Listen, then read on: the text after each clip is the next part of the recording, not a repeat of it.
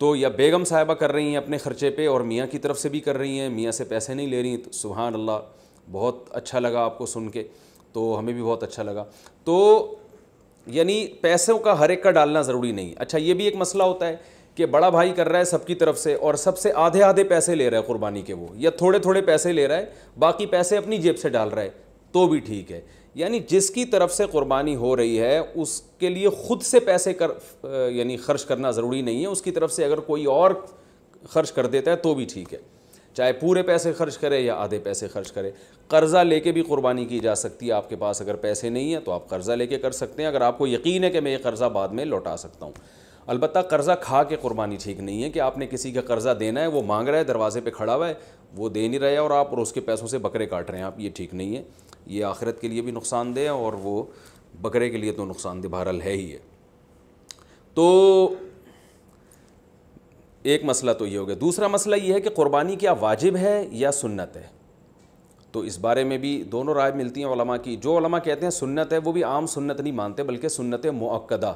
سنت مؤکدہ کا مطلب جو نہیں کرے گا قابل ملامت ہوگا, اور امام ابو حنیفہ رحمہ اللہ تعالیٰ کی رائے کے مطابق یہ واجب ہے. اور اس کی دلیل وہی ہے کہ پہلی بات تو یہ کہ عبادت ہے, اور عبادت میں احتیاط کے پہلو کو ترجیح دی جاتی ہے, کیونکہ احتیاط اسی میں ہے کہ اس کو اگر واجب قرار نہیں دیتے تو بہت سے لوگ قربانی کا فریضہ چھوڑ سکتے ہیں, اور اس بات کا خطرہ موجود ہے کہ قیامت میں ان کو گناہ نہ ملے, تو اس لیے احتیاط کے پہلو کو ترجیح جائے گی. اور مضبوط دلیل امام حنیفہ کی قرآن نبی صلی اللہ علیہ وسلم کی وہی حدیث ہے, من وجد سعۃ لأن یضحی فلم یضحی فلا یقربن مصلانا. آپ صلی اللہ علیہ وسلم نے فرمایا جس کے پاس قربانی کی گنجائش تھی اور اس نے قربانی نہیں کی وہ ہماری عیدگاہ کے قریب بھی مت پھٹکے. آپ صلی اللہ علیہ وسلم 10 سال مدینہ منورہ رہے, ہمیشہ آپ صلی اللہ علیہ وسلم نے قربانی کی ہے. بعض حضرات یہ دلیل دیتے ہیں کہ حضرت ابو بکر اور حضرت عمر نے قربانی نہیں کی اپنے دور خلافت میں, اس سے پتہ چلتا ہے کہ قربانی واجب نہیں ہے. تو یہ دلیل اس لیے درست نہیں ہے کہ حضرت ابو بکر اور حضرت عمر رضی اللہ تعالیٰ عنہ مسکین تھے, غریب تھے, اگرچہ مسلمانوں کے خلیفہ تھے, لیکن یہ ان کی ایک کوالٹی تھی کہ اتنے لاکھوں مربع میل کے مالک ہونے کے باوجود وہ پیون زدہ کپڑے پہنتے تھے, تو صاحب استطاعت پہ قربانی واجب ہے. یہ دونوں حضرات بڑے تھے مگر قربانی نہیں کی انہوں نے, جیسے کہ روایت میں آتا ہے اس کی وجہ استطاعت نہ ہونا. تو استطاعت اگر نہیں ہے تو پھر قربانی لازم نہیں ہے, بلکہ اگر آپ قرضہ لے کے قربانی کرو گے اور خطرہ ہے کہ میں قرضہ ادا نہیں کر سکتا تو پھر تو جائز ہی نہیں ہے آپ کے لیے, کیونکہ دوسروں کا حق دبا کے آپ کے لیے عبادت کی بجا آوری یہ ٹھیک نہیں ہے. اس کی فضیلت کیا ہے قربانی کی؟ رسول اللہ صلی اللہ علیہ وسلم نے ارشاد فرمایا بقرعید کے دنوں میں یا ایام نحر میں اللہ کو جانور کا خون بہانے سے زیادہ کوئی عمل محبوب نہیں ہے, اور ہر بال کے بدلے میں اللہ نیکی عطا فرماتے ہیں. یہ قربانی کی بہت بڑی فضیلت ہے, اور اس کی فضیلت آپ علماء سے بیانات میں سنتے ہیں. میں بھی چونکہ بہت مختصر جلدی بات کر رہا ہوں تاکہ میں پورے موضوع کو جلدی سے سمیٹ لوں. اب مسئلہ یہ آئے گا کہ جی قربانی, ایک بڑا اہم مسئلہ آج کل یہ چل رہا ہے. نبی صلی اللہ علیہ وسلم نے فرمایا کہ عید کی نماز کے بعد جس نے قربانی کی تو قربانی ہوگی, نماز سے پہلے کر لی تو آپ نے اس قربانی کو قبول نہیں کیا. تو اس سے صاف پتہ چلتا ہے کہ شہر میں جہاں عید کی نماز ہوتی ہے وہاں عید کی نماز سے پہلے قربانی نہیں ہوتی. اب چونکہ بہت ساری عید کی نمازیں ہو رہی ہیں تو علماء کہتے ہیں کہ جس شہر میں آپ رہتے ہیں پورے شہر میں کہیں بھی عید کی نماز ہو جائے گی تو آپ کے لیے قربانی کرنا جائز ہوگا. بہتر تو یہی ہے کہ آپ خود جب تک عید کی نماز نہ پڑھیں قربانی نہ کریں, لیکن اگر کسی نے قربانی کر لی خود نماز پڑھنے سے پہلے تو اگر پورے شہر میں کہیں عید کی نماز ہو چکی تھی تو آپ کی قربانی ہو گئی, عید کی نماز نہیں ہوئی تھی آپ کی قربانی وہ کالعدم ہے. آج کل لاک ڈاؤن کی وجہ سے, کورونا کی وجہ سے یہ بھی مسئلہ کھڑا ہوا ہے, بہت سے ملکوں میں عید کی نماز پہ پابندی ہے. UAE سے فون آتا ہے بھائی یہاں دبئی میں تو عید کی نماز ہی نہیں ہو رہی, تو وہاں کیا کیا جائے گا؟ تو وہاں پر یہ کیا جائے گا کہ بہتر یہ ہے, افضل یہ ہے کہ زوال کے بعد آپ قربانی کریں. اگر پورے شہر میں عید کی نماز ہو ہی نہیں رہی ہے تو پھر زوال کا وقت یعنی ظہر کا وقت جب داخل ہو جاتا ہے تو پھر آپ جانور قربان کریں, اس سے پہلے قربانی نہ کریں. لیکن اگر اس سے پہلے کسی نے قربانی کر لی تو فقہا کی ایک رائے یہ بھی موجود ہے, انشاءاللہ وہ قربانی بھی ادا ہو جائے گی. یعنی صبح صادق کے بعد بھی اگر کسی نے قربانی کر لی تو قربانی ہو جائے گی. لیکن بہتر یہ احتیاط اسی میں ہے کہ ایسے جگہوں پہ جہاں عید کی نماز نہیں ہو رہی ہے, بعض کنٹریز ایسے ہیں جہاں عید کی نماز نہیں ہوتی, تو وہاں پر پھر آپ زوال کے بعد جانور کو قربان کریں آپ. یہ مسئلہ ہو گیا. اچھا، اب جانور خریدتے ہوئے کیا چیزیں آپ نے دیکھنی ہیں؟ سب سے پہلی بات، 4 جانوروں کی قربانی جائز ہے، اونٹ، اور یہ گائے، بھینس بھی گائے کے حکم میں ہی ہے، اور بکرا اور دمبا۔ ہرن کی قربانی یا نیل گائے کی قربانی یا اور دوسرے جو جنگلی جانور ہیں ان کی قربانی جائز نہیں ہے۔ ان 4 جانوروں میں اونٹ کی عمر 5 سال ہونی چاہیے، گائے کی عمر 2 سال ہونی چاہیے، اور بکرے کی عمر 1 سال ہونی چاہیے، اور دمبے کی بھی اصل تو یہی ہے کہ 1 سال عمر ہو، لیکن اگر 6 مہینے کا دمبا اور بھیڑ یا جو بھی سرگودا کے کجلے بڑے مشہور ہیں، 6 مہینے کا اگر دیکھنے میں سال کا لگتا ہے یعنی موٹا تازہ ہو تو 6 مہینے کا دمبا بھی جائز ہے، 6 مہینے سے کم کا جائز نہیں ہے۔ اور 6 مہینے کا دمبا اگر دیکھنے میں 6 مہینے کا نہیں لگ رہا، 1 سال کا نہیں لگ رہا، بچہ ہی لگ رہا ہے، چھوٹا لگ رہا ہے، کمزور ہے، پھر اس کی بھی جائز نہیں ہے۔ تو دمبا اگر 6 مہینے کا موٹا تازہ ہے تو اس کی قربانی جائز ہے، اور باقی بکرا 1 سال کا ہونا ضروری، اور گائے 2 سال کی، اور اونٹ 5 سال کا۔ اچھا، اس میں یہ بات ضروری ہے کہ یہاں سال سے مراد اسلامی سال ہے۔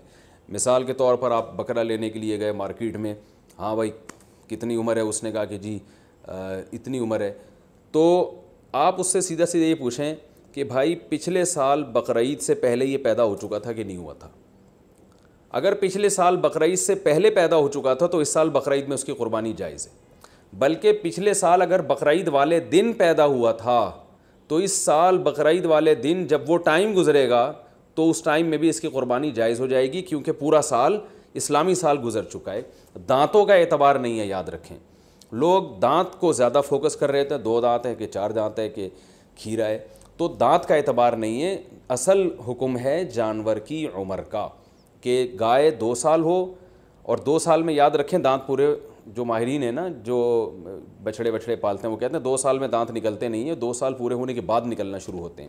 تو اگر آپ کو کسی جانور کے بارے میں یقین ہے کہ اس کی عمر 2 سال ہو چکی ہے تو آپ اس کی قربانی کر سکتے ہیں، بچھڑے کی، چاہے وہ کھیرا ہی کیوں نہ ہو۔ البتہ مارکیٹ میں لوگوں کو پتہ نہیں چلتا، جھوٹ بہت چلتا ہے، تو اس لیے لوگ دانت دیکھتے ہیں، کیونکہ دانت اگر نکلے ہوئے ہوں، 2 دانت ہیں تو اس کا یقین ہوتا ہے کہ 2 سال سے اوپر کا ہی ہے، تو اس لیے لوگ دانتوں کو فوکس کر رہے ہوتے ہیں، کہ سامنے والے کا پتہ نہیں ہوتا کہ سچ کہہ رہا ہے کہ جھوٹ کہہ رہا ہے۔ لیکن اگر آپ کو سامنے والے کی بات پر اعتماد آ جائے اور وہ یقین دلا دے آپ کو کہ بھئی یہ 2 سال کا بچڑا ہے، تو پھر بے شک کھیرا بھی ہو تو آپ اس کی قربانی کر سکتے ہیں۔ اور بکرا اگر 1 سال کا ہو چکا ہے، یقین ہو گیا آپ کو، کسی بھی طرح سے یقین ہو گیا، تو پھر بے شک کھیرا بھی ہو، اس کی قربانی بھی آپ کر سکتے ہیں۔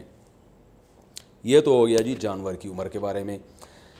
عیب کون سا ہو جانور میں جس کی وجہ سے قربانی نہیں ہوتی، یہ بھی بہت زیادہ سوال پوچھا جاتا ہے، دمیں اٹھا کے لوگ چیک کر رہے ہوتے ہیں، اوریجنل ہے، پلاسٹک کی تو نہیں لگی ہوئی۔ تو اب چونکہ زیادہ تر لوگ سب سے پہلے دم ہی چیک کرتے ہیں، تو ہم شروع بھی دم ہی سے کرتے ہیں۔ تو جانور کی جو دم ہے اگر آدھی کٹی ہوئی ہے تو اس کی قربانی جائز نہیں ہے، آدھی سے کم کٹی ہوئی ہے تو قربانی جائز ہے۔ تو اس سے پتہ چلتا ہے کہ پوری دم ہی اگر چپکائی ہوئی ہے یا سی ہوئی ہے تو بھی قربانی جائز نہیں ہے۔ تو کم سے کم آدھی دم، آدھی سے زیادہ دم اس کی سلامت ہونی چاہیے، اس سے تھوڑی بہت کٹی ہوئی ہے تو اس سے کوئی فرق نہیں پڑتا۔ کان کا بھی یہی حکم ہے، کان اگر آدھا کٹا ہوا ہے تو قربانی جائز نہیں ہے، آدھے سے کم کٹا ہوا ہے تو قربانی جائز ہے۔ بعض دفعہ ایسے کان نہ چرے ہوئے ہوتے ہیں تو اس سے کوئی فرق نہیں پڑتا، قربانی اس کی بھی جائز ہے۔ آنکھ کا حکم یہ ہے کہ ایک آنکھ کی اگر بینائی نہیں ہے تو قربانی جائز ہے، بینائی ہے لیکن کم نظر آتا ہے اور جانور دیکھ لیتا ہے گھاس ماس کو تو بھی ٹھیک ہے، یعنی پوری نظر کا 6/6 ہونا ضروری نہیں ہے۔ البتہ بالکل ہی ایک آنکھ کی بینائی غائب ہو تو پھر اس کی قربانی درست نہیں ہے۔ لنگڑا پن اتنا ہو اگر جانور میں کہ وہ بیچارہ لنگڑے پن کی وجہ سے آپ اس کو ذبح کرنے جہاں لے جانا چاہتے ہیں نا وہاں تک بھی نہیں جا سکتا، پہیے لگا کے دھکا دینا پڑ رہا ہے آپ کو اس کو، تو پھر تو قربانی جائز نہیں ہے۔ تھوڑا بہت لنگڑاتا ہو لیکن چل لیتا ہو تو قربانی ایسے جانور کی جائز ہے۔ یہ ہو گیا جانور کے عیب کے بارے میں۔ خارشی جانور ہو، خارش زدہ جانور، تو اگر خارش اتنی ہے کہ اسکن سے اس کے گوشت کے اندر تک وہ اثرات پہنچے ہوئے ہیں اور اس کی وجہ سے بہت زیادہ لاغا رو کے ہڈیوں کا ڈھانچہ بن گیا ہے تو ایسی قربانی، ایسے جانور کی قربانی جائز نہیں ہے۔ لیکن اگر ایسی خارش ہے اس جانور کو تو اس سے کوئی فرق نہیں پڑتا۔ آج کل انسانوں کو آپ کو پتہ ہے اتنی خارش ہے، تو جانوروں میں ہو گئی تو کیا مسئلہ ہو گیا اس سے۔ سینگ کے بارے میں بھی لوگ بہت سوال پوچھتے ہیں کہ جانور کا سینگ کٹا ہوا ٹوٹا ہوا تو قربانی جائز ہے یا نہیں؟ بالکل جائز ہے۔ آج کل تو جانور کے پیدائشی سینگ ہی گھس دیے جاتے ہیں، تو وہ جائز ہے. البتہ جانور کا سینگ اگر ٹوٹ گیا چوٹ لگنے سے اور ایسا ٹوٹا کہ جڑ سے اکھڑ کے نا اس کے دماغ ہل جاتا ہے پھر، تو ایسے جانور کی قربانی پھر جائز نہیں ہے. لیکن اس طرح ہوتا نہیں ہے، کوئی حادثہ ہو جائے تو پھر تو ہوتا ہے جانور کے ساتھ، نارملی ایسا ہوتا نہیں ہے. تو اس لیے منڈی سے جب آپ جانور خریدا کریں تو سینگوں پہ زیادہ غور نہ کیا کریں، تمیز سے جانور لے لیا کریں آپ، ٹھیک ہے. اس میں زیادہ وہمی بننے کی ضرورت نہیں ہے. خصی جانور کی قربانی بھی جائز ہے، اور بعض لوگ اس کو صحیح نہیں سمجھتے، لیکن صحیح حدیث سے ثابت ہے، آپ صلی اللہ علیہ وسلم نے خصی جانور کی قربانی بھی کی ہے. اچھا، دودھ والے جانور کی قربانی بھی جائز ہے، لیکن اس کا دودھ پینا جائز نہیں ہے. ہاں جب جانور ذبح ہو گیا تو پھر جانور کے ہر آپ جو ہے گوشت سے بھی فائدہ اٹھا سکتے ہیں، دودھ سے بھی فائدہ اٹھا سکتے ہیں. تو اگر آپ نے جانور قربانی والے جانور جو ابھی ذبح نہیں ہوا اس کا دودھ آپ نے پیا تو دودھ نکالا تو صدقہ کرنا پڑے گا اس کو. اچھا، دوسری بات حاملہ جانور کی قربانی، یعنی وہ گائے جس کے پیٹ میں بچہ ہو. یہ سوال بہت زیادہ پوچھا جاتا ہے. تو دیکھیں، اگر وہ گائے جس کے بالکل بچہ ہونے والا ہے، یعنی پورا بچہ بن چکا ہے، بچے کی ولادت کا وقت قریب ہے، تو بہتر یہ ہے کہ ایسے جانور کی قربانی نہ کی جائے، ناپسندیدہ ہے. لیکن جائز ہے، قربانی ادا ہو جائے گی، بہتر یہ ہے کہ نہ کی جائے. اور اگر گائے گابھن ہے اور وہ ابتدائی مرحلے میں وہ حمل ہے اس کے، تو پھر اس میں کوئی یعنی پھر بہتر بھی یہی، پھر اس میں کوئی حرج نہیں ہے، اس کی قربانی آپ کر سکتے ہیں. تو اگر آپ جانور لے کر آ گئے، بعد میں پتہ چلا کہ اس گائے کے پیٹ میں تو بچہ ہے، تو اب چونکہ لا چکے ہیں، واپس تو کرنا آپ کے لیے بہت مشکل ہے. منڈی میں کون لے کے جائے گا اس کو؟ کراچی کی منڈی کو دیکھ کے ہم تو مسائل بتاتے ہیں بھائی.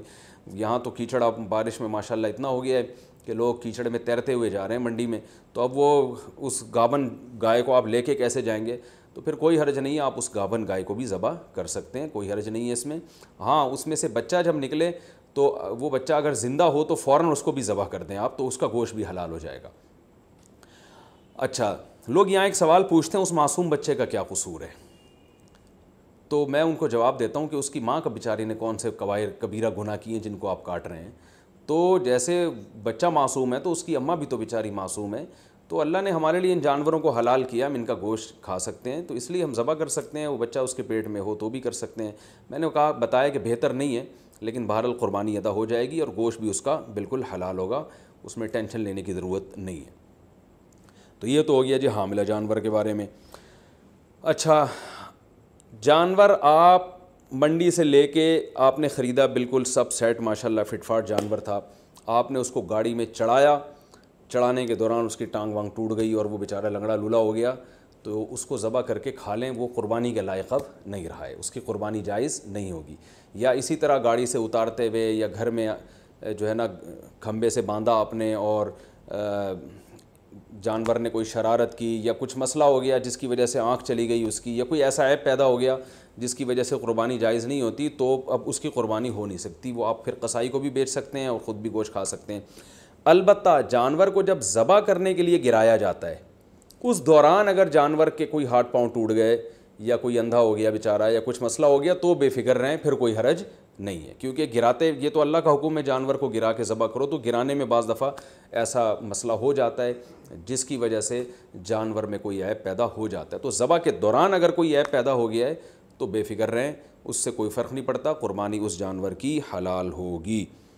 یہ تھا جانور کو گاڑی میں چڑھانا اور اتارنے سے متعلق. اچھا، ایک اہم مسئلہ یہ ہے، اب ہم آتے ہیں، میرا خیال ہے عیب والے مسائل تو کافی حد تک حل ہو چکے ہیں. اب ہم آتے ہیں جانور کو لٹانے، بلکہ اس سے پہلے کہ آپ جب جانور لے کر آئے تو بہت سے لوگوں کی نیت بدل جاتی ہے. آپ جانور لے کر آئے، بچھڑا، جب محلے والوں نے آ کے دیکھا تو کسی نے کوئی تعریف کرتا ہے، کوئی کہتا ہے یار یہ کیا اٹھا کے لے آئے آپ، ٹھیک ہے نا. تو اب آپ کا دل بدل گیا کہ یار پڑوسیوں کے یہاں تو بچھڑا ہے، وہ تو بڑا ٹائٹ ہے. اب آپ کا دل چاہ رہا ہے کہ میں اس جانور کو چینج کروں. تو دیکھیں، اگر آپ نے جانور خریدتے ہوئے قربانی کی نیت سے نہیں خریدا، ویسے ہی خریدا تھا، بعد میں سوچا تھا کہ میں دیکھوں گا قربانی کرنی ہے کہ نہیں کرنی، تو آپ اس کو بیچ دیں، کچھ بھی کریں، کوئی حرج نہیں ہے. لیکن اگر آپ نے قربانی کی نیت سے خریدا تھا، جیسے کہ 99% لوگ بقرعید میں قربانی کی نیت ہی سے جانور خرید رہے ہوتے ہیں، گھر لانے کے بعد آپ کی نیت بدل گئی، یار وہ پڑوسی ہے جو وسیم بھائی جو بچھڑا لے کر آئے ہیں نا، اس پہ الگ ہی نور برس رہا ہے، اور وہ ہمارے بچھڑے کے ساتھ جب کھڑا ہوتا ہے تو ہمارا بچھڑا تو احساس کمتری میں آئے نہ ہے، ہم احساس کمتری کے شکار ہوتے ہیں. تو اب آپ نے ارادہ کیا یہ بچھڑا آپ کسی کو پہنا دیں, تو بالکل جائز ہے. جیسے کسی نے آپ کو پہنایا تو آپ بھی کسی کو بچھڑا پہنا سکتے ہیں. تو لیکن پہنانے کے بعد ہوگا یہ کہ اگر اب آپ کو کرنا یہ پڑے گا کہ آپ جو بچھڑا لے کر آئے تھے یا بکرا لے کر آئے تھے, فار ایگزامپل وہ 1 لاکھ کا تھا, آپ نے آگے بیچا 1,20,000 میں, اور اب نیا بچھڑا لائے دوبارہ 1 لاکھ کا, تو یہ 20,000 کا جو پروفٹ ہے یہ آپ کے لیے جائز نہیں ہے, بلکہ 20,000 کا پروفٹ آپ کو صدقہ کرنا پڑے گا. تو اس لیے جب پرانا جانور آپ بیچیں گے تو نیا جانور یا تو اس سے اسی کی قیمت کا ہو یا اس سے زیادہ کی قیمت کا, اس سے کم قیمت کا لے کر آ گئے تو پروفٹ آپ کو صدقہ کرنا پڑے گا. تو یہ ایک اہم بات ہے. بیچنا بالکل جائز ہے, اس میں کوئی حرج نہیں ہے. میں نے کہا جیسے کسی نے پہنایا تو آپ بھی پہنا سکتے ہیں, تو اس میں کوئی حرج نہیں, لیکن پروفٹ پھر آپ کے لیے حلال نہیں ہے, کیونکہ یہ قربانی کی نیت سے جب آپ نے یہ جانور خریدا ہے, جب آپ نے قربانی کرنے کی نیت سے خرید لیا تو اب اس میں پروفٹ کمانا آپ کے لیے جائز نہیں رہا.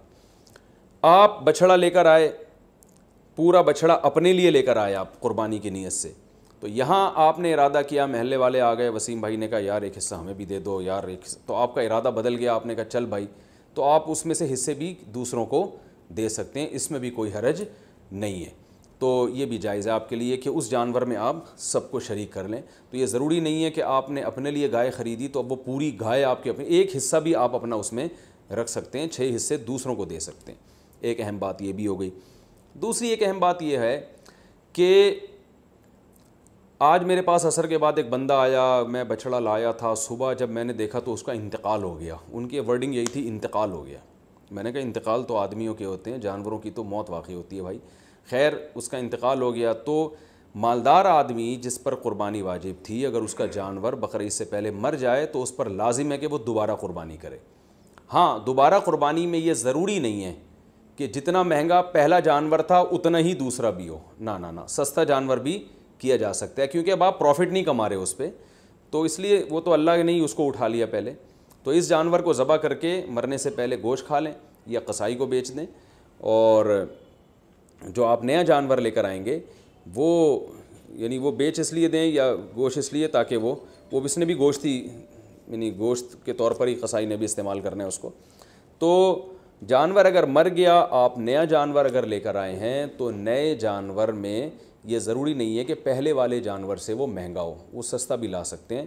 آپ پوری بچھڑا لے کر آئے تھے تو اب کوئی بات نہیں, ایک دمبا کر لیں چھوٹا موٹا آپ, تو یہ ضروری نہیں ہے کہ اتنا ہی مہنگا ہو وہ. اگر جانور مر جائے تو بس آپ نے ایک واجب اپنے ذمے سے پورا کرنا ہے, تو وہ سستا جانور بھی کر سکتے ہیں. اور اگر غریب آدمی جانور خرید کے لایا تھا قربانی کی نیت سے, وہ جانور مر گیا تو بس غریب کو ثواب مل گیا, دوبارہ اس پر قربانی واجب پہلے بھی نہیں تھی اب بھی واجب نہیں ہے. تو یہ ہو گیا جی. اچھا اب ہم چلتے ہیں قربانی کے مسائل میں ذبح کی طرف. جانور ذبح کرنے میں ایک بڑی کوتاہی یہ ہوتی ہے کہ قصائیوں کے حوالے چھری کر دی جاتی ہے. بعض دفعہ پتہ نہیں ہوتا کہ یہ مسلمان ہیں بھی یا نہیں ہیں, کیونکہ ان دنوں میں ہندو بھی بہت سے قصائی بنے ہوئے ہوتے ہیں. تو یاد رکھیے گائے کی گردن پہ یا جانور کی گردن پہ جو چھری چلانے والا ہے, پکڑنے والا کوئی بھی ہو, رسی باندھنے والا کوئی بھی ہو, چھری چلانے والے کا توحید پرست ہونا ضروری ہے یا اہل کتاب ہونا ضروری ہے. تو اس لیے یہ دیکھ لیں کہ یہ مسلم بھی ہے یا نہیں ہے. اور تو بلا وجہ خام میں کوئی کہہ رہا ہوں میں مسلمان ہوں تو اب یہ نہیں کہ لیبارٹری چیک کے لیے بھیج دیا آپ نے اس کو کہ ہے بھی کہ نہیں ہے, اتنی تحقیق کی ضرورت نہیں ہے.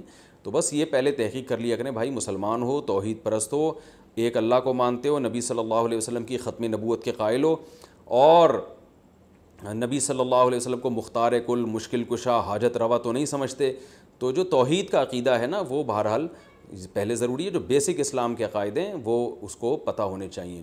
تو اس کے بغیر جانور کا ذبیحہ جو ہے اگر آپ کو پتہ چل گیا کہ یہ مشرک ہے تو پھر اس کا ذبیحہ حلال نہیں ہے. ایک بات. دوسری بات, قصائیوں میں یہ کوتاہی ہوتی ہے کہ قصائی جو ہے وہ منہ میں گٹکے ہوتے ہیں, پان ہوتے ہیں. میں نے خود دیکھا ہے کہ وہ تکبیر نہیں پڑھ رہے ہوتے ذبح کرتے ہوئے, سب نہیں کرتے, یعنی بعض لوگ ایسا کرتے ہیں. تو اگر جان بوجھ کر کسی نے تکبیر چھوڑ دی ہے تو بھی جانور مردار ہو جائے گا.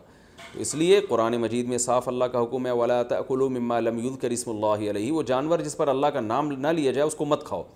تو اس لیے اس بات کا اہتمام کرنا چاہیے. جو لوگ جانور کے قریب کھڑے ہوئے ہیں ان کو سب کو چاہیے زور سے تکبیر پڑھنا شروع کر دیں تاکہ چھری پھیرنے والے کو یاد آ جائے اور وہ غفلت نہ کرے اس بارے میں. ہاں اگر بھولے سے رہ گیا, اس بیچارے کو یاد ہی نہیں رہا, تو وہ جانور حلال ہے, اس میں کوئی حرج نہیں ہے. جان کر تکبیرات چھوڑ دینا یہ بالکل, اس سے جانور مردار ہو جاتا ہے. بعض اب ایسے ہوتا ہے کہ ایک آدمی سے چھری چل نہیں رہی ہوتی تو دوسرا بھی ہاتھ لگا دیتا ہے, یار ہم دونوں مل کے چھری چلا دیتے ہیں. تو دو آدمیوں نے اگر چھری چلائی ہے تو پھر دونوں پر تکبیر پڑھنا واجب ہے. دونوں میں سے ایک بھی اگر تکبیر چھوڑ دے گا تو جانور حلال نہیں ہوگا. اس کا خیال کیا کریں. اور ویسے بھی جانور کو خود ذبح کیا کریں. علماء کہتے ہیں کہ جانور ذبح کرنے والا جو جس کی قربانی ہے نا وہ خود ذبح کرے گا تو اس میں زیادہ ثواب ہے.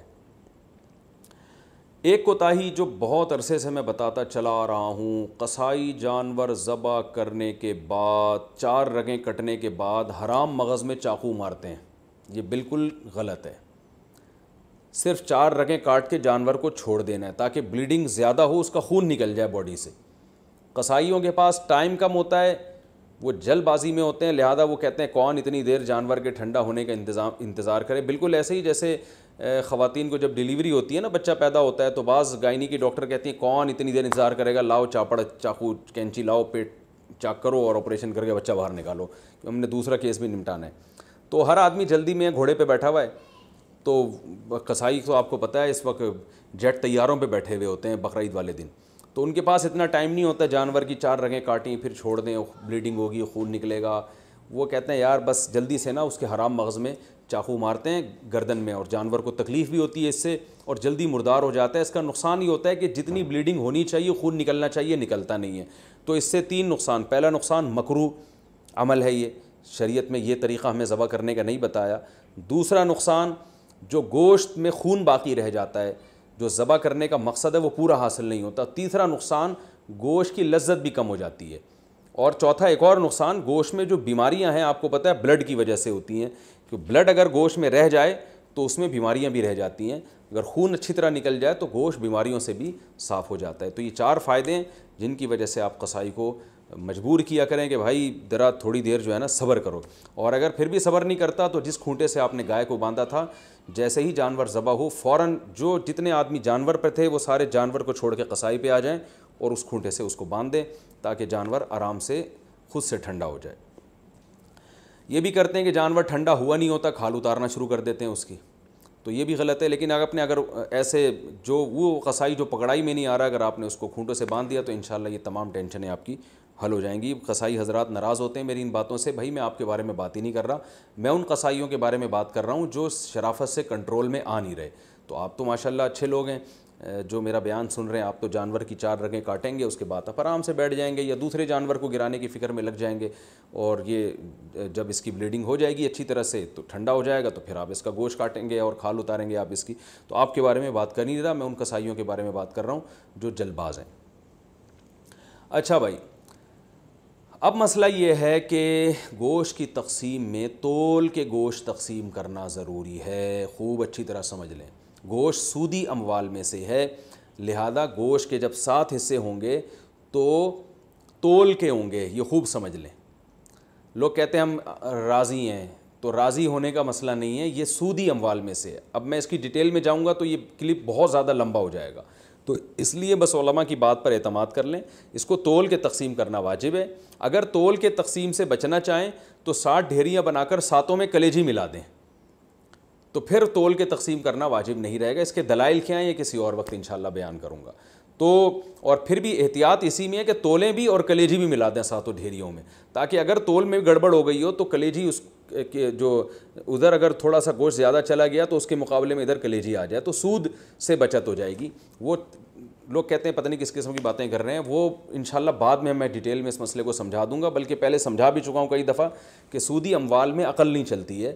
جب شریعت نے برابری کا حکم دیا تو بس برابری ہے. تو گوشت بھی سودی اموال میں سے ایک مال ہے. جیسے 10 روپے دے کے کوئی 11 روپے نہیں لے سکتا نا, تو اسی طرح گوشت میں بھی ایسا ہی ہے. تو یہ اس کا خیال کرنا چاہیے. اچھا, قربانی کے حصے داروں میں اگر کوئی شخص حرام آمدن والا شریک ہو گیا تو سب کی قربانی برباد ہو جائے گی. اس لیے اس کا بھی اہتمام کرنا چاہیے. اجتماعی قربانی میں اعلان لکھ کے لگانا چاہیے کہ بھائی حرام آمدن والے شرکت نہ کریں, یا پہلے سے سیٹ اپ بنانا چاہیے کہ ایک الگ سے ایسی گائے ہو جو صرف حرام آمدن والوں کا اس میں حصہ ہو, تاکہ اس میں قربانی ہو ہی نہیں, وہ گوشت ذبح کر کے ویسے ہی غریبوں میں بانٹ دیا جائے. بعض مدارس میں اس کا اہتمام کیا جاتا ہے کہ وہ پہلے سے جو ہے نا کچھ حصے ایسے انہوں نے رکھے ہوئے ہوتے ہیں. تو لیکن اگر آپ گھر کی گائے لائے ہیں یا ویسے کسی گائے میں حصہ لے رہے ہیں اور اس میں کوئی حرام آمدن والا آ گیا, لیکن اگر آپ کو پہلے سے پتہ نہیں ہے تو پھر شریعت نے ہمیں بلا وجہ کے تجسس کا حکم نہیں دیا. یہ ایک آدمی زبان سے کہہ رہا ہے میں حلال کماتا ہوں, بس اس کی زبان پر اعتماد کرنا ہمارے لیے کافی ہے. اب آپ نے کہیں اجتماعی قربانی میں حصہ لیا, اب یہ نہیں کہ آپ اپنی گائے کے بارے میں تحقیقات کرتے پھرنے اس میں حرام تو ہے کہ نہیں ہے. وہ گناہ پھر انہی لوگوں پر ہوگا جنہوں نے اجتماعی قربانی کا انتظام کیا ہے. اگر انہوں نے خود سے جان کر کسی حرام والے کو شامل کر دیا تو وہ گناہ گار ہوں گے. تو آپ کو اگر جب تک پتہ نہیں ہے تو شریعت میں یہی حکم ہے, اب ہمو ما ابہم اللہ, جس چیز کو اللہ نے واضح نہیں کیا ہے تو ہم اچھا گمان ہی رکھیں گے اس میں. اچھا, یہ قربانی کا گوشت غیر مسلموں کو دینا بالکل جائز ہے, اس میں کوئی حرج نہیں ہے, غیر مسلم کو بھی دے سکتے ہیں. گوشت جب آپ کے ہاں آئے تو آپ بہتر یہ ہے کہ اس کے 3 حصے کر دیں, ایک غریبوں کے لیے, ایک رشتہ داروں کے لیے اور ایک اپنے لیے. رشتہ داروں کا مطلب یہ ہوتا ہے کہ جو دعوتیں آپ کرتے ہیں وہ بھی رشتہ داروں ہی میں آتی ہے. تو اس لیے آج کل یہ بھی ٹھیک ہے کہ 1/3 صدقہ کر دیں, 2/3 گھر میں رکھ لیں, جس میں آپ دعوتیں بھی ہو رہی ہیں اس میں خود بھی کھا رہے ہیں.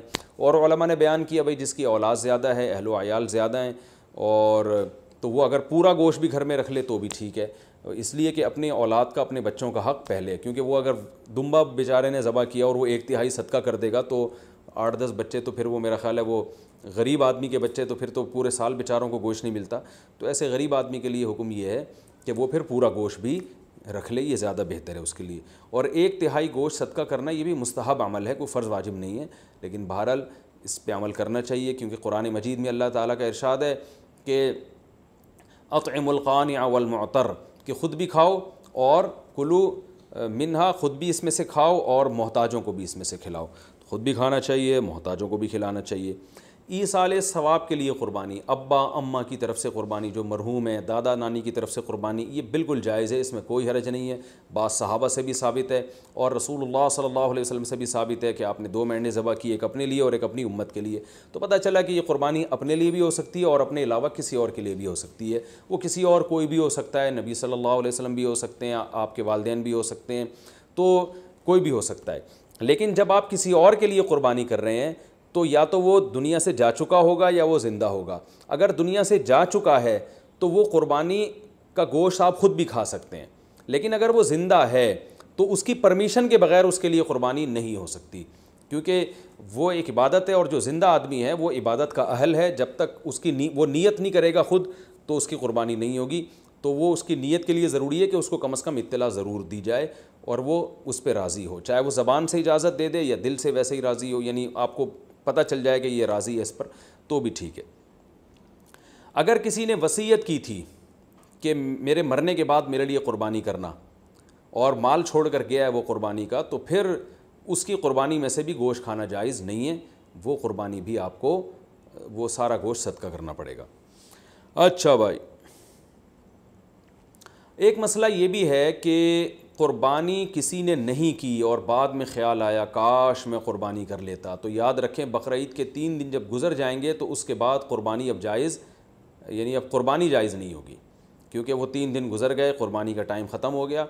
اب آپ نے اگر جانور ذبح کیا تو اس کا سارا گوشت آپ صدقہ کر دیں, اور بہتر یہی ہے کہ جانور کی قیمت صدقہ کریں آپ, کیونکہ اب قربانی کا ٹائم چلا گیا.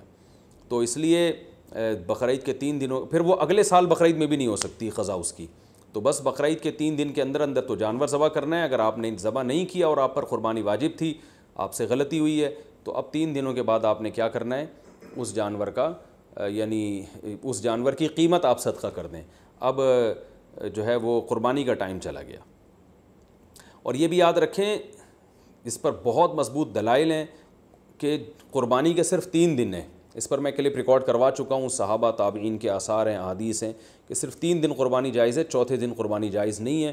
بہت ساری روایات ہیں اس پر صحابہ کرام کی, تقریباً اجماع ہے اس کے اوپر کہ چوتھے دن قربانی جائز نہیں ہے. اور جو چوتھے دن والی حدیث ہے وہ بالاتفاق ضعیف ہے. تو اس لیے اپنے اہم ترین عبادت کو آپ ضائع نہ کریں. جو اللہ نے ہمیں 3 دن بتائے ہیں اسی میں قربانی کریں, اور وہ اتنے دن ہیں کہ ہمیں چوتھے دن کی طرف جانے کی ضرورت بھی نہیں ہے. لیکن اگر کوئی کر رہا ہے تو بحث مباحثہ نہ کریں, لڑائی جھگڑا یہ بھی اچھی چیز نہیں ہے. آپ خود احتیاط کریں, صرف 3 دن, اور جتنے لیٹ کریں گے قربانی کا ثواب کم ہوگا. پہلے دن سب سے زیادہ, دوسرے دن اس سے کم, تیسرے دن اس سے بھی کم. اچھا بھائی, اور مسئلہ کیا ہے کہ قربانی میں عقیقے کی نیت کرنا, یہ سوال بھی بہت پوچھا جاتا ہے. بالکل جائز ہے. آپ ایک گائے لے کر آئے تو آپ اس میں اپنے بچوں کا عقیقہ بھی کر سکتے ہیں, اور قربانی کا یعنی بیٹے کا, لڑکے کی طرف سے 2 حصے ڈال دیں اس میں, اور ایک اپنی قربانی بھی کر لیں. یہ بھی بالکل جائز ہے. اچھا بھائی, اور نابالغ اولاد کی طرف سے قربانی. دیکھیں, جو نابالغ اولاد کی طرف سے قربانی ہے اگر تو انشاءاللہ اس کو ثواب ملے گا. قربانی وہ آپ ہی کی طرف سے ہوگی, تو یعنی آپ ہی اس قربانی کے مالک ہیں. تو کیونکہ جو نابالغ ہے نا اس پر قربانی بہرحال واجب نہیں ہوتی, چاہے وہ کتنا ہی مالدار کیوں نہ ہو. اور اگر بالکل ہی چھوٹا بچہ ہے تو پھر اس کی طرف سے قربانی کا مطلب یہ ہوتا ہے کہ آپ خود ہی بس قربانی کر رہے ہیں, تو وہ قربانی کا اہل نہیں ہے, اس کی طرف سے قربانی نہیں ہوگی.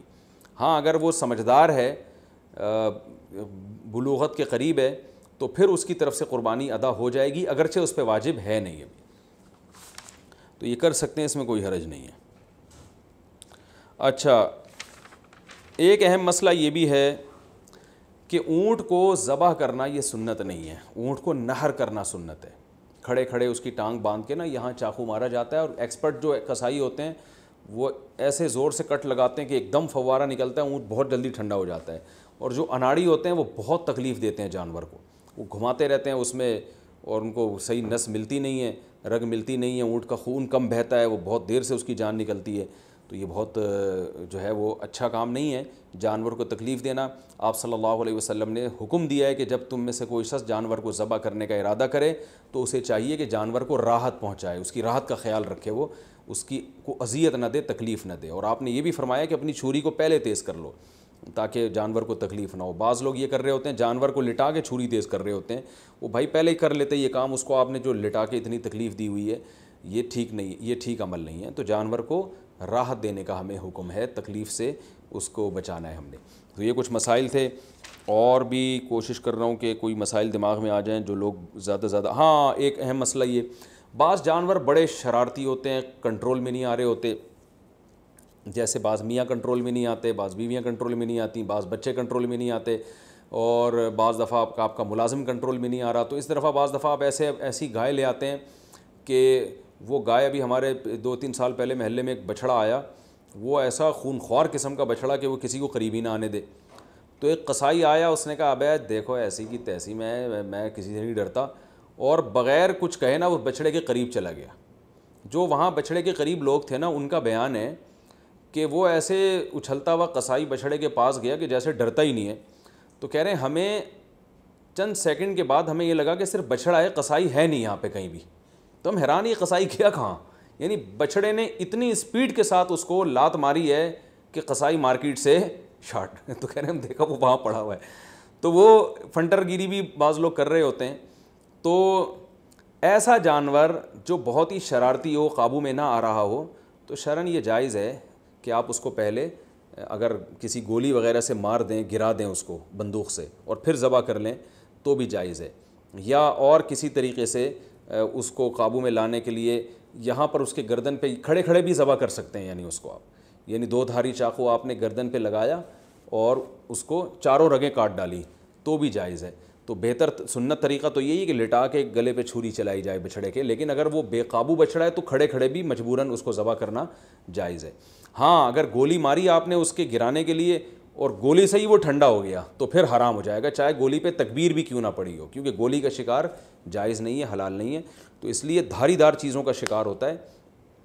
اسی طرح جانور اگر بھاگ گیا اور آپ نے اس کو چاقو مارا پیچھے سے تکبیر پڑھ کے, اور تیر مارا یا چاقو مارا, آج کل لوگ ارطغرل دیکھ رہے ہیں تو تیر ویر بھی لوگ گھروں میں لا کے رکھ رہے ہوں گے, تو تیر مارا, دھاری دار چیز ہے نا, وہ تیر اس کے جا کے لگا یا چاقو آپ نے مارا، وہ چاقو اس کے لگا، اس سے وہ زخمی ہو گیا، اس سے وہ نیچے گرا، آپ فوراً بھاگیں جا کے اس کو ذبح کریں، لیکن آپ فوراً بھاگے اور ذبح کرنے سے پہلے وہ ٹھنڈا ہو گیا تو بھی وہ حلال ہے، کیونکہ دھاری دار چیز سے شکار اگر کیا تو پھر اگر آپ کو ذبح کرنے کا موقع نہیں ملتا اور اس دوران جانور مر جاتا ہے تو وہ شکار حلال ہوتا ہے، بشرطے کہ آپ نے تیر پھینکتے ہوئے یا چھری پھینکتے ہوئے آپ نے تکبیر پڑھی ہو، اللہ کا نام لیا ہو۔ لیکن اگر آپ قریب پہنچ گئے اور زندہ تھا وہ تو پھر آپ نے ذبح نہیں کیا تو پھر حلال نہیں ہوگا، یا آپ نے تیر سے شکار کیا یا چاقو سے شکار کیا، اس کا یعنی نیزہ مارا اس کے اوپر، اور وہ پھر آپ اس کے پیچھے بھاگے نہیں اس کو ذبح کرنے کے لیے تو بھی وہ حلال نہیں ہوگا، یعنی آپ نے اپنی ذمہ داری پوری کی، اس کے باوجود وہ آپ کے پہنچنے سے پہلے ٹھنڈا ہو گیا تو پھر وہ حلال ہے، لیکن گولی کا شکار کسی صورت میں حلال نہیں ہے۔ بلا وجہ جانور کو گولی سے مار کے گرانا یا اسے بے ہوش کر کے ذبح کرنا یہ بھی مکروہ ناپسندیدہ عمل ہے، اس لیے کہ جانور کو جب آپ بے ہوش کر دیتے ہیں تو پھر اس کو جب ذبح کرتے ہیں تو خون صحیح طرح سے اس کا نہیں نکلتا، جو ذبح کے مقاصد کے خلاف ہے، اور پھر یہ بھی خطرہ ہوتا ہے کہ جانور پہلے ہی نہ مر چکا ہو۔ تو یہ کچھ مسائل تھے قربانی کے، اللہ تعالیٰ ہم سب کی قربانیوں کو قبول فرمائے، اور یاد رکھیں بقرعید کے 3 دنوں میں آپ صلی اللہ علیہ وسلم نے فرمایا اللہ تعالیٰ کو جانور کا خون بہانے سے زیادہ کوئی عمل محبوب نہیں ہے، اور آپ نے فرمایا طیبوا بہا انفسکم، خوش دلی کے ساتھ قربانی کیا کرو۔ اور یہ بہت افسوس کی بات ہے آج ہمارے یہاں جب جانور کو ذبح کیا جا رہا ہوتا ہے لوگ شور مچا رہے ہوتے ہیں، اچھل رہے ہوتے ہیں، سیٹیاں بجا رہے ہوتے ہیں، یہ بالکل بھی ٹھیک نہیں ہے، یہ ایک عبادت ہے۔ ابراہیم علیہ السلام جو اللہ کے خلیل تھے ان کی سنت ہے، تو عبادت کو عبادت والے انداز ہی میں کیا جائے گا، اس وقت ذکر کرنا چاہیے، اللہ کا نام لینا چاہیے، دل میں دعا مانگنی چاہیے کہ اللہ ہمارے اس عمل کو قبول فرما۔ سیٹیاں بجانا اور ہوٹنگ کرنا اور ایسے اچھلنا یہ بہت بالکل نامناسب حرکت ہے، وہ کوئی وہ انٹرٹینمنٹ کا کوئی شو نہیں ہو رہا، وہ بلکہ ایک عبادت ہو رہی ہے اللہ کے لیے، ایک اپنے مال کو آپ، ایک نفیس مال کو اور ایک جان کو آپ قربان کر رہے ہو اللہ کی خاطر، تو عبادت ہی ہونی چاہیے، اور اس وقت دعا پڑھنی چاہیے انی وجہت وجہی للذی فطر السماوات والارض حنیفا وما انا من المشرکین۔ یہ دعا کسی کو یاد نہ ہو تو ویسے ہی زبان سے کہہ دے اللہ یہ میری طرف سے اور میں نے تیری طرف رخ کیا اور یہ میری طرف سے صرف تیرے لیے قربانی ہے اور تیرے خلیل ابراہیم علیہ السلام کی سنت کو میں زندہ کر رہا ہوں، یہ دل میں نیت کر لے، زبان سے اچھے الفاظ کہہ دے کہ اللہ تو میری طرف سے قبول کر لے اس کو، تو یہ الفاظ کہنے چاہیے، دعا مانگنی چاہیے کہ اللہ اس کو قبول فرما لے۔ تو یہ ہے قربانی کا گوشت اسٹور کتنے دن کر سکتے ہیں، جتنے دن تک چاہیں، فریج جب تک آپ کی اجازت دیتا ہے۔ البتہ میں ایک چٹکلا سناتا ہوں، وہ ایک آدمی نے اپنا بکرا دیکھا جنت میں ٹہلتا ہوا نظر آ رہا ہے، بکرا ذبح کیا تھا نا اس نے، لیکن اس بکرے کا ایک ٹانگ جو ہے نا وہ نہیں تھی، تو اس نے بکرے سے پوچھا بھائی تیری ایک ٹانگ کہاں ہے، تو اس نے کہا وہ ابھی تک تیرے فریج میں رکھی ہوئی ہے، 6 مہینے ہو گئے ہیں، ٹھیک ہے نا، وہ یہاں پہنچی نہیں ہے۔ تو اسٹور بھی کر سکتے ہیں لیکن اتنا اسٹور نہ ہو کہ جو ہے وہ آپ 6 7 مہینے، وہ گوشت کا ذائقہ بھی چینج ہو جاتا ہے، کھائیں بھی کھلائیں بھی، اللہ تعالیٰ کو کھلانے والے بھی پسند ہیں۔ اور قربانی میں تو اللہ تعالیٰ نے ہمیں روزے کو حرام کر دیا بقرعید کے دنوں میں، اسی وجہ سے حرام کر دیا کہ ہم تاکہ قربانی کا گوشت استعمال کر سکیں، تو قربانی کا گوشت کھانا بھی سنت ہے۔ آپ صلی اللہ علیہ وسلم نے 60 اونٹ اپنے ہاتھ سے نہر کیے تھے، اور روایت میں ہے کہ ہر اونٹ سے کچھ نہ کچھ گوشت آپ صلی اللہ علیہ وسلم نے چکھا تھا، تو اس لیے مبارک گوشت ہے، اللہ کی طرف سے ضیافت ہے۔ اللہ تو بھائی دال چاول بھی کھلا رہا ہو اپنی طرف نسبت کر کے تو بھی بڑی چیز ہے، وہ اللہ ہمیں گوشت کھلا رہا ہے، تو یہ وہ گوشت نہیں ہے جو پورے سال ہم کھاتے ہیں، یہ وہ گوشت ہے جو صرف 3 دن اللہ اپنی طرف سے ہمیں اپنی طرف نسبت کر کے ضیافت کرتا ہے کہ میری طرف سے یہ تمہاری ضیافت ہے، تو بڑی مبارک چیز ہے۔ اللہ تعالی ہم سب کو سمجھنے کی، عمل کرنے کی توفیق عطا فرمائے۔ وما علینا الا البلاغ۔ ایک اور مسئلہ رہ گیا کہ قصائی کو گوشت اجرت کے طور پہ دینا جائز نہیں ہے، قصائی کو الگ سے اجرت دیں، گوشت ویسے ہی جب بیٹھا ہو تو کھانا وانا گوشت پکا کے کھلا سکتے ہیں، سب کھا رہے ہوتے ہیں تو وہ بھی کھا سکتا ہے، لیکن گوشت جو الگ سے قصائی لوگ سائڈوں پہ نکال لیتے ہیں، پٹ کا گوشت الگ کر دیا، چانپیں ادھر کر دیں، بہت ہاتھ گھوم رہے ہوتے ہیں بعض قصائیوں کے، تو ان کو منع کریں اس عمل سے، اور خاص طور پہ جو مشترک جانور ہے حصوں والا اس میں تو یہ عمل اور بھی برا ہے۔ اللہ تعالیٰ عمل کی توفیق عطا فرمائے۔ وما علینا الا البلاغ۔